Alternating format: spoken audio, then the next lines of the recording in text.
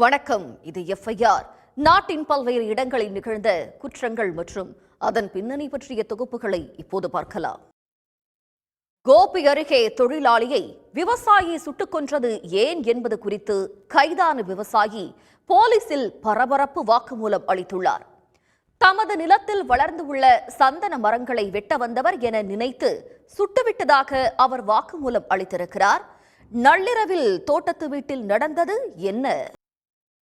ஆலங்குளத்தில் நிலத்தை விற்பதாக பத்திரப்பதிவு அலுவலக வளாகத்தில் வைத்து 1,28,00,000 ரூபாயை பெற்றுவிட்டு வாங்கவில்லை என்று பல்டி இடித்த இருவர் கைது செய்யப்பட்டனர்.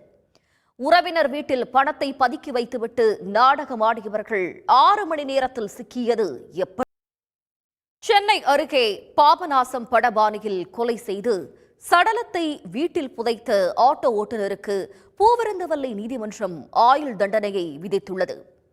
காதல் போட்டி கொலையில் முடிந்த வழக்கின் பின்னணி என்ன?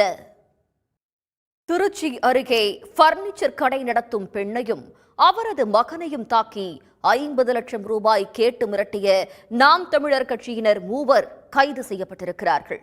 இலங்கை பெண்ணை முன்னிறுத்தி நடந்த தாக்குதலின் பின்னணி என்ன?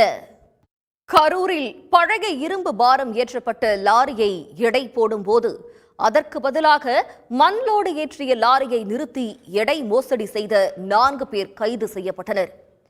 17 டன் இரும்பை கொள்முதல் செய்துவிட்டு 10 டன் என கணக்கு காட்டவே இந்த மோசடி நடந்துள்ளது.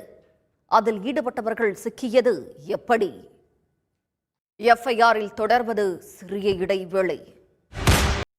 பொள்ளாச்சி அரசு மருத்துவமனை கழிவறையில் ரகசிய கேமரா பொருத்தி நர்சுகள் மற்றும் நர்சிங் மாணவிகளை படம் பிடித்த பயிற்சி மருத்துவர் கோவையிலும் கைவரிசை காட்டினாரா என விசாரணை தீவிரமடைந்துள்ளது. பேனா கேமராவில் பதிவான வீடியோக்களை விற்பனை செய்தது யாருக்கு?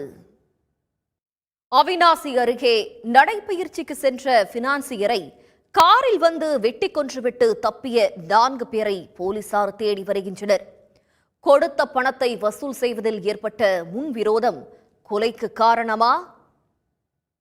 சென்னையில் CA மாணவியை திருமணம் செய்ய வற்புறுத்தி 5 ஆண்டுகளாக தொல்லை கொடுத்து வந்த அதிமுக நிர்வாகி கைது செய்யப்பட்டுள்ளார். அதிமுக நிர்வாகிக்கு பயந்து சொந்த வீட்டை காலி செய்து வாடகை வீட்டுக்கு சென்ற பிறகும் விடாமல் துரத்தி தொல்லை கொடுத்தவர் சிக்கியது எப்படி? எஃப்ஐஆர் நிறைவு பெறுகிறது. நன்றி, வணக்கம்.